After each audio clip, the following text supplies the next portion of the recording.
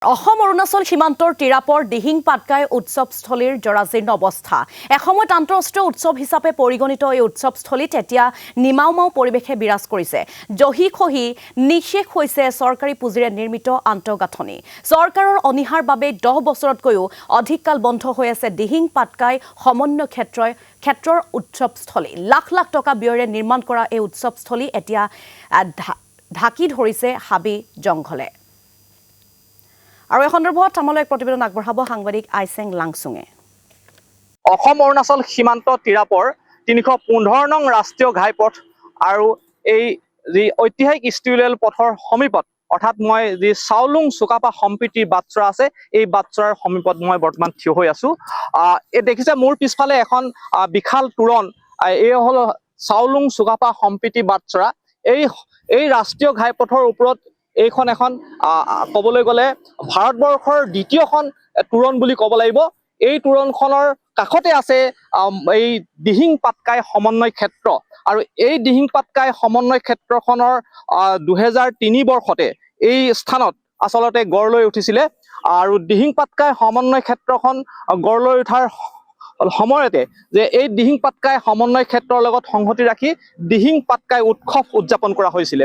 প্ৰতিটো বছৰৰ জানুৱাৰী মাহতে এই দিহিং পাটকাই উৎসৱ ইয়াত উদযাপন হৈছিলে আৰু সেই উপলক্ষে এই যি সমন্বয় ক্ষেত্ৰখন আছে এই সমন্বয় ক্ষেত্ৰখনত চৰকাৰী বিভিন্ন আঁচনিৰ ইয়াতে ব্যৱহাৰ কৰা হৈছিলে আৰু চৰকাৰী ধনেৰে ইয়াতে নিৰ্মাণ হৈছিলে চুকাফা ৰংগমঞ্চ আৰু এটা সুন্দৰকৈ অতিথিশালা নিৰ্মাণ হৈছিল এই পাটকাই সমন্বয় ক্ষেত্ৰখনত।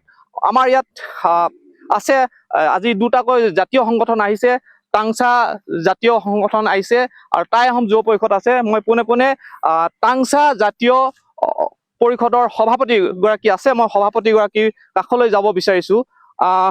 কি ক'ব আজি দিহিং পাটকাই সমন্বয় ক্ষেত্ৰ নামৰ যিটো অনুষ্ঠান, এই অনুষ্ঠানটো কিন্তু আজি এনে এক অৱস্থালৈ গতি কৰিলে যিটো অৱস্থা আচলতে দেখিবলৈ একেবাৰে বেয়া। হয়, এইটো অতি পৰিতাপৰ কথা, দুখ লগা কথা।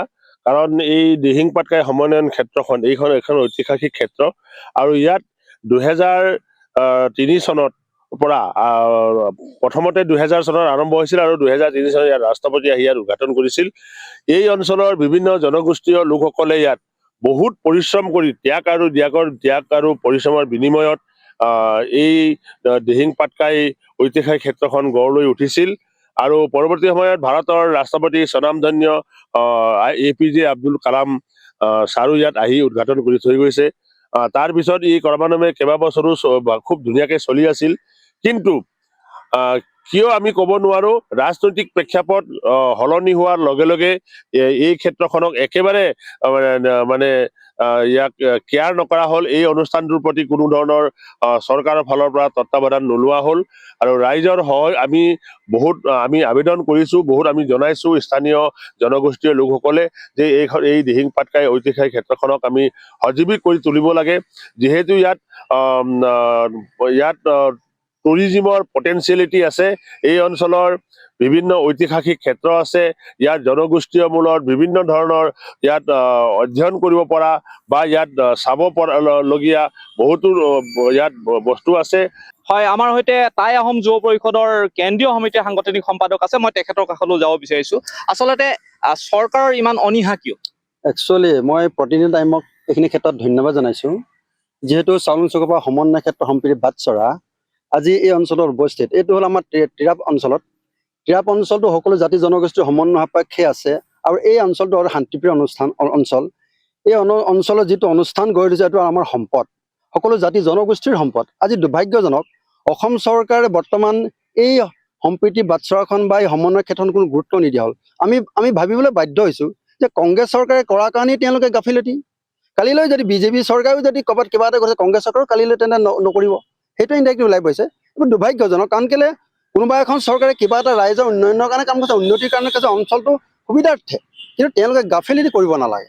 কাৰণ কোনোবাই কাৰোবাৰ এইটো বাকযুদ্ধ বা তৰ্ক বিতৰ্ক কৰি বস্তুটো ধ্বংস কৰিব নালাগে। আজি 10 মাইলত যিটো আজি এই গঢ়ি তুলিলে চেণ্টাৰ, সেইটো খতম হৈ গ'ল। তাৰমানে আমাৰ এই অঞ্চলৰ উদ্যোগবিলাক, এই অঞ্চলৰ যিকোনো অনুষ্ঠান প্ৰতিষ্ঠান চৰকাৰে অলৰেডি ধ্বংস দিশলৈ গৈছে। আজি অসমৰে নহয়, অৰুণাচলৰ বিভিন্ন প্ৰান্তত বিভিন্ন ঠাইত আজি হাজাৰ হাজাৰ মানুহ আহে। আমাৰ অসমলৈ কিয় আহিব নিবিচাৰে আমাৰ এইটো দুৰ্বলতা পৰ্যটন মন্ত্ৰী আৰু পৰ্যটন মন্ত্ৰী আমাৰ জয়ন্ত মলুমৰা ডাঙৰীয়াই বা ছাৰে এইখিনি ক্ষেত্ৰত গুৰুত্ব দিয়ক যিহেতু অকল নিজৰ এৰিয়াটোক লৈ গুৰুত্ব দিয়া দায়িত্ব নহয় তেওঁ গোটেই অসমৰ দায়িত্বত আছে তেওঁ আমাৰ এই অঞ্চললৈ আহি অলপ চাই চিতি এই অনুষ্ঠানটো কেনেকুৱা কি হৈছে তেওঁ চাই লওক APJ আব্দুল কালাম তেখেত আজি নাই কিন্তু তেওঁ এই অনুষ্ঠানটো আৰম্ভণি বা উদ্বোধন কৰি যোৱা তেওঁ এজন মহান ব্যক্তি স্বনামধন্য ব্যক্তি এই অনুষ্ঠানলৈ আহি এই অঞ্চলটোত আশীৰ্বাদ দি গ'ল আজি তেনেকুৱা এটা অনুষ্ঠান জহি খহি খতম হৈ গৈছে দুৰ্ভাগ্যজনক সেইকাৰণে মই অসম চৰকাৰক এইখিনি ক্ষেত্ৰত ধিক্কাৰে গঢ়িয়াই দিছোঁ হয় এয়া হ'ল আচলতে আমাৰ হয় চকৈ এয়া দিহিং পাটকাই উৎসৱস্থলীৰ পৰা আমাক সামগ্ৰিক পৰিৱেশ দেখুৱালে আইচেং লাংচুৱে তেওঁক আমি এই মুহূৰ্তত ধন্যবাদ জনাইছোঁ টাই আহোম যুৱ পৰিষদৰ তথা টাংচা জাতীয় পৰিষদৰ সদস্যসকলে দাবী জনাইছে চৰকাৰৰ ওচৰত গতিকে প্ৰতিবেদন দেখাৰ পাছত চৰকাৰে কেনেকুৱা ধৰণৰ ব্যৱস্থা গ্ৰহণ কৰে সেয়াও কিন্তু পৰৱৰ্তী সময়ত লক্ষণীয় বিষয় হিচাপে দেখা দিব